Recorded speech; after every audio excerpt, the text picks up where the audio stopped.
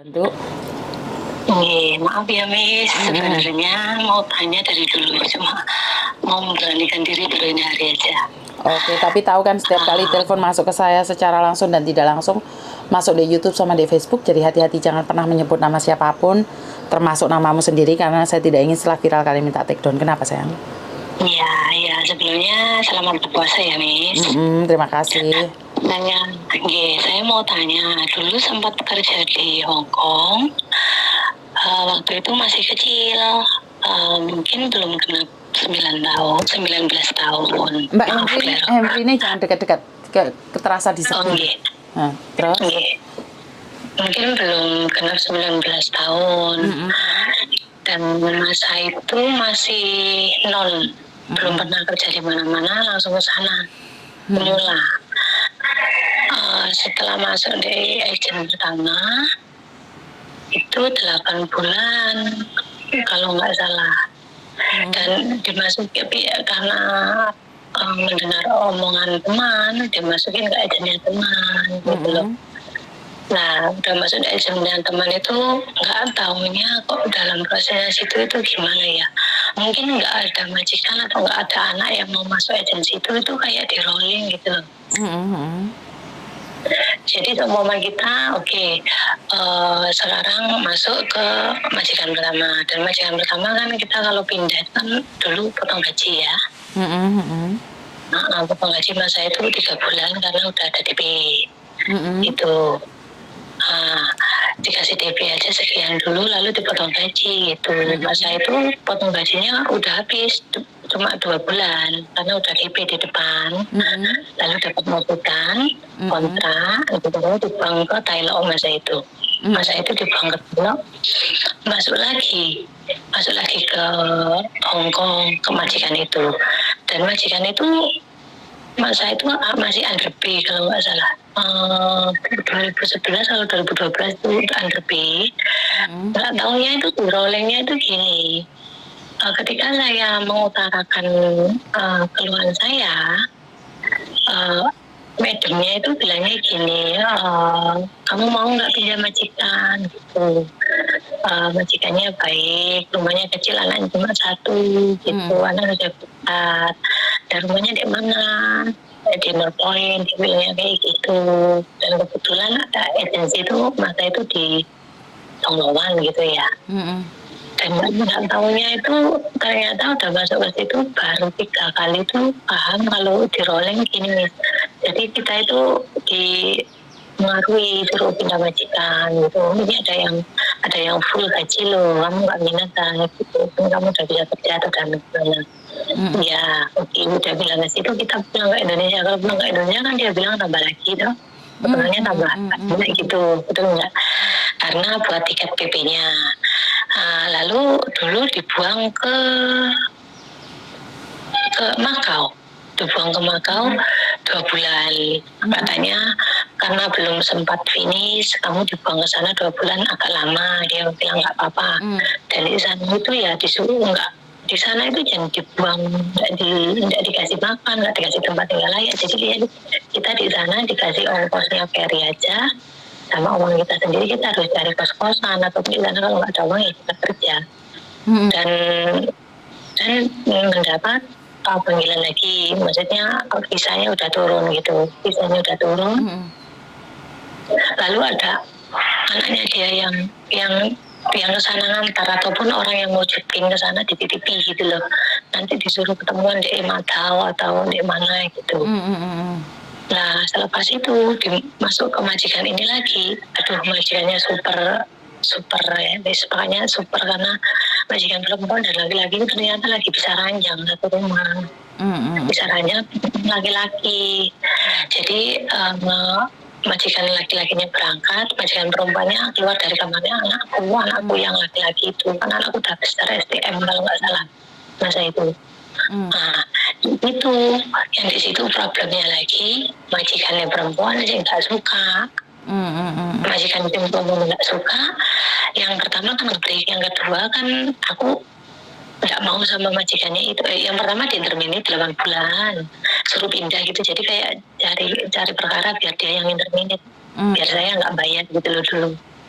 Yang keduanya ini malah di rolling, katanya waktu off lah, kita off ketemu sama si Mbak si A gitu. Mbak si A saling lo nggak tahu ya tuh, nggak tahu ya. Lah terus waktu itu Mbak jangan dimatiin ya, ada telepon kosong. Jangan dimatiin ya. Jangan dimatiin. Why?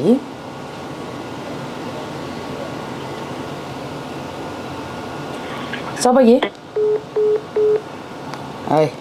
Ternyata modus.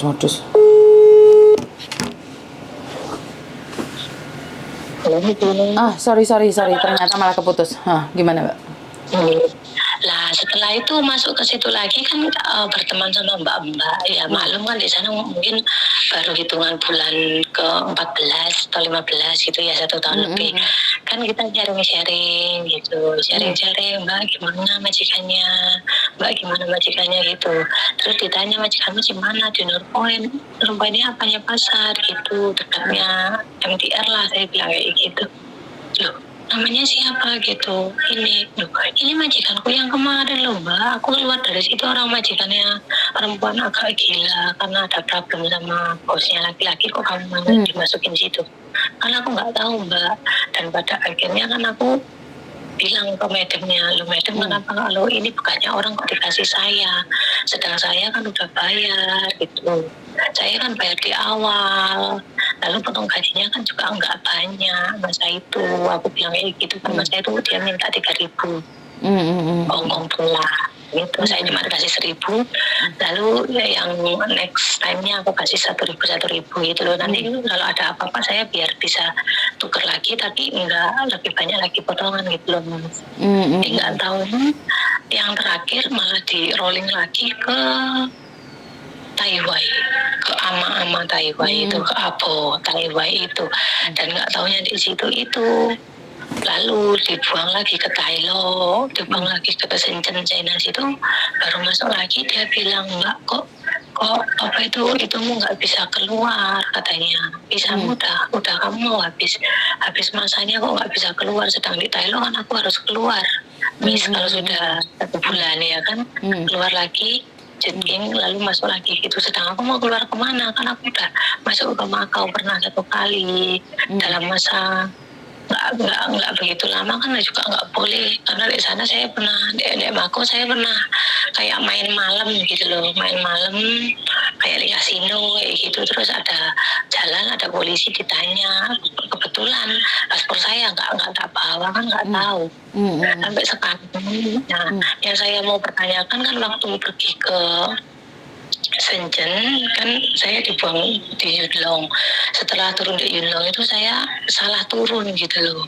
Lalu saya naik tank. Nah saya tanya, ini tank saya ini nggak ada kurang dari 50 sen cutnya, dalamnya apa itu bisa nggak? Dia bilang gitu. Jangan bisnya udah nungguin kamu, nanti nggak bisa pergi ke sana gitu. Lalu aku naik tank dan di dalam tank itu tertangkap apa itu pegawainya edit MTR atau apa gitu, dan didenda. Masa itu didenda kan saya nggak ada majikan, masih kosong. Keluar dari majikan kan otomatis kan ada recordnya ya Miss ya. Lalu saya ngasih apa itu namanya ya, alamat saya ini majikan saya yang lama dulu gitu. Nah setelah itu visa nggak turun dan akhirnya mungkin ya uangku yang pertama tadi yang buat cari majikan belum itu dibelikan tiket ke Indonesia, dan sampai sekarang itu saya nggak tahu karena lepas 10 bulan saya di Indonesia, teman saya yang satu rumah satu kerjaan itu dia bilang gini, Cece kamu tadi dicariin polisi. Loh polisi? Kan aku nggak punya utang piutang ataupun saya nggak melakukan kriminal apa-apa. Ya walaupun mencuri atau gimana kan saya nggak membunuh orang, saya nggak memukul anaknya orang. Saya bilang kayak gitu. Lalu polisinya itu nggak tahu dikasih surat, kayaknya suratnya diterima sama bapak gitu, sama bapak sama ibu, kayaknya bilangnya kayak itu sama nyonyaku gitu. Kamu nggak tanya itu suratnya seperti apa? Lalu dia bilang katanya sih didenda gitu. Denda apa ya? Oh, mungkin itu masa aku mau pergi ke Shenzhen, tank-tankku itu kurang dari 50 sen. Jadi kena kena tulis nomor KTP, alamat majikan ataupun alamat tempat tinggal sama nomor paspor gitu. Dan sampai sekarang pun saya nggak bertanda tanya, Miss, kan udah ya kira-kira udah 10 tahunan lah saya nggak pergi sana ataupun gimana. Kan yang saya bertanyakan ke Missnya kalau bisa bantu kan karena paspor saya hilang. Dulu tanya ke PT ataupun agensi, saya bilang kayak gini, cara melihat orang masih bisa masuk Hong Kong itu gimana? Lah apa kamu pernah ada masalah? Dia bilang kayak gitu. Saya tanya, karena saya dulu pernah naik MTR, uangnya di dalam Batatong kurang gitu. Cuma itu aja, sampai dicari-cari pegawainya MTR, saya bilang kayak gitu. Lah dan dianya bilang, kalau kamu mau tahu kamu di blacklist apa enggaknya, biasanya itu lihat di paspor, sedang paspor saya hilang, saya bilang kayak gitu. Terus dianya nggak kontak lagi. Udah saya coba berapa kali tapi dianya nggak mau balas, cuma di read saja. Oke. Nah kalau pertanyaannya saya kan, saya kalau KTP sana sama nomor paspor masih ingat. Yang saya pertanyakan kan bisa nggak masuknya ke sana gitu loh, Miss, karena ada jalur bilang suruh bikin paspor. Kalau paspor hilang, kalau kenyataannya ada hilang, ada recordnya ataupun kita pergi ke polisi bilang kalau sesuatu hilang laporan gitu kan bisa dilihatkan. Tapi calonnya bilang 6.000 bikin 6 juta Indonesia paspor. Dia bilang kayak gitu karena mbaknya paspornya udah nggak ada dan nggak ada fotokopiannya gitu.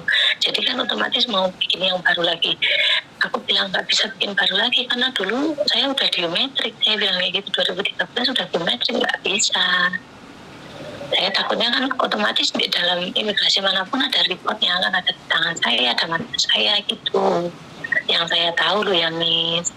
Tapi kalau bikin 1 juta terus saya suruh bikin dulu di muka.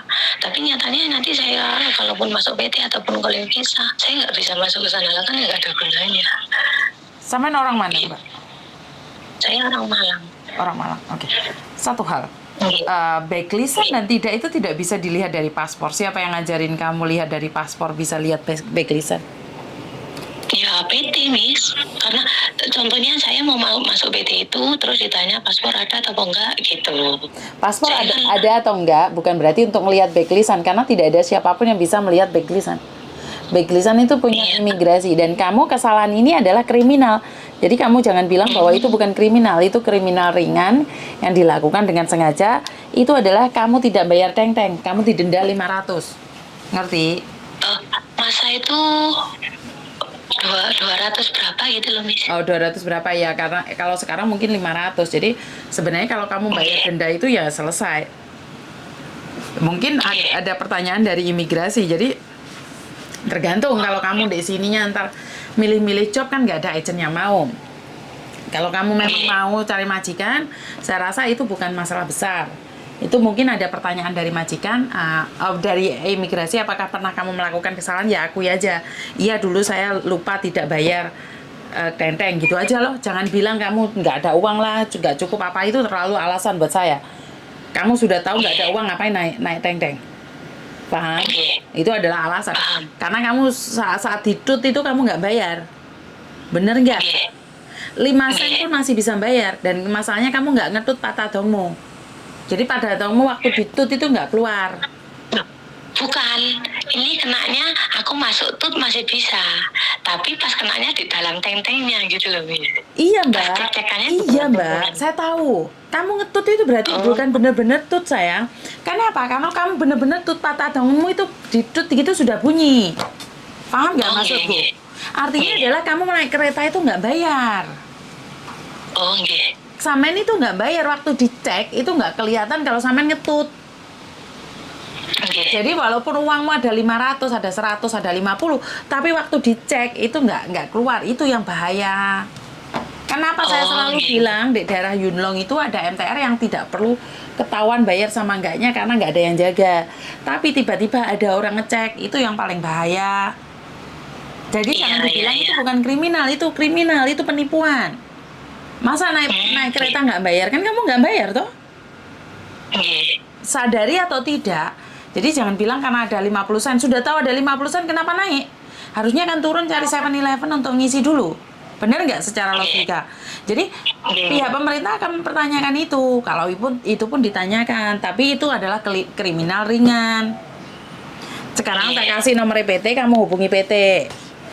Jadi itu bisa, nggak ada masalah. Yang penting satu hal, cuman itu aja kesalahanmu, nggak yang lainnya. Kalau ada kesalahan Nggak lain, ada. modar aku. Saya sama nggak cerita. Nggak ada. Nggak ada. Kesalahan apapun nggak ada. Ya maksudnya yang menyangkut hukumnya Hongkong nggak ada. Cuma itu saja. Makanya saya takut. Mau Oke. bikin paspor nanti bisa masuk. Oke, enggak, ini gitu. kamu hubungi PT saya dan coba berbicara dengan PT saya dan bilang sudah ngomong sama Miss Yuni. Nggih. PT-nya di mana kalau boleh tahu nggih, Di Miss? Malang, Mbak. Samain SMS langsung ke dia. Oh, nggih. Makasih, Makasih Miss. sayang. Yuk, bye-bye. Assalamualaikum. Bye-bye. Waalaikumsalam. Oke, jadi ini sering sekali terjadi penyepelean pada kalian di mana yang di daerah kayak Yunlong, Tin Si Wai, yang pokoknya yang naik tank-tanknya itu loh. Kalau di Hong Kong sih ada tank-tank tapi kan masih ada supirnya yang kelihatan kalian ngetut apa enggak. Dan juga di area Admiralty ke Songsoi itu ada tempat yang spesial yang super kelas ya. Jadi kalau kalian nggak ngedut di situ kalian kena, ya kalian kena denda lagi gitu loh. Makanya hati-hati di sini itu kalau bukan ranahnya ya wis ojo pecicilan, ojo yak-yakan gitu loh, Mbak. Jadi nggak ada alasan di sini bahwa kamu bilang lupa, tidak tahu itu tidak ada. Di sini tidak ada. Di supermarket pun kamu beli barang lupa, kamu gondol metu, itu ya bukan lupa, itu udah mencuri. Ranahnya sudah mencuri.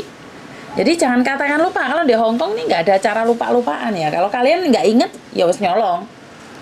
Jadi jangan bilang aku kebelet nguyuh, barangnya digondol di kamar mandi terus marah ditangkap polisi jadi sulapan. Nah ini sering kali terjadi. Maka dari itu saya selalu menghimbau buat kalian semua lebih baik berhati-hati di setiap tindakan kita. Jadi saya cuma bisa memberikan kata-kata ini buat kalian bahwa hidup ini tidak mudah gitu loh. Di Indonesia kamu bisa bilang sepurane bro, lali bro, sisok meneh bro, ya nggak apa-apa. Sorry mbak aku lupa, itu nggak apa-apa. Di sini nggak bisa karena mereka tidak bisa mengatakan bahwa ini adalah faktor kesengajaan karena kamu ada niat baru itu terjadi ya. Jadi buat mbak-mbaknya naik MTR, naik apapun, jadi nyebrang jalan itu bisa dibilang bisa dibilang katanya nggak apa-apa Miss, nggak apa-apa. Iya nggak apa-apa buat kamu. Kalau kamu sudah kena nyebrang jalan motor we, kan sering tuh kalian menyepelekan orang lain bilang nggak apa-apa loh. Yo jangan hidup tergantung sama orang lain, Mbak. Kalau kamu hidup tergantung sama orang lain, yo kamu yang bobrok remek. Jadi jangan katakan bahwa semuanya baik-baik aja saat kalian tahu itu tidak baik. Jadi buat teman-teman yang punya pengalaman lain, kenapa saya selalu bilang sharing sama yang lainnya agar yang lainnya lebih berhati-hati lagi, agar yang lainnya lebih mawas diri lagi, karena memang apes tidak ada dalam kalender. Mau numpak MTR geblak mau moro. Artinya adalah banyak hal yang tanpa kita ketahui, banyak hal yang tanpa kita sadari, kita akan melakukan kesalahan. Mula kuwi mau ojo macem-macem. Ya bisa difahami ya, jangan macam-macam di sini. Jadi buat teman-teman di luar sana, saya selalu berdoa yang punya masalah baik dari masalah kesehatan, masalah hukum, masalah majikan, masalah agent, masalah PT, semoga semua masalahnya cepat diangkat dan kita bisa lebih baik lagi ke depannya, karena akhir-akhir ini kan banyak hal yang terjadi di luar pemikiran kita. Dan bagi Anda yang punya masalah keluarga juga semoga baik-baik saja dan dikuatkan, karena keluarga adalah benteng utama buat kita saat kita bermasalah dan kita pastinya mencari keluarga. Terus lagi buat mbak-mbaknya saat ini sedang gundah gulana, ayo posoan, mumpung posoan banyak-banyak doa, dan saya yakin percaya kekuatan doa merubah segalanya, karena itu sudah semakin dekatkan diri kita pada Sang Pencipta. Dan saya minta maaf jika ada kata-kata saya yang kurang menyenangkan. atau bertele-tele atau kadang-kadang kepreset omongannya bahasa Indonesia ini gak jelas, bahasa Inggris saya juga nggak ngerti, saya minta maaf. Wassalamualaikum warahmatullahi wabarakatuh. Berkat Tuhan mengalir atas hidup kita semua. Semoga semua makhluk hidup bahagia dan terima kasih. Bye-bye.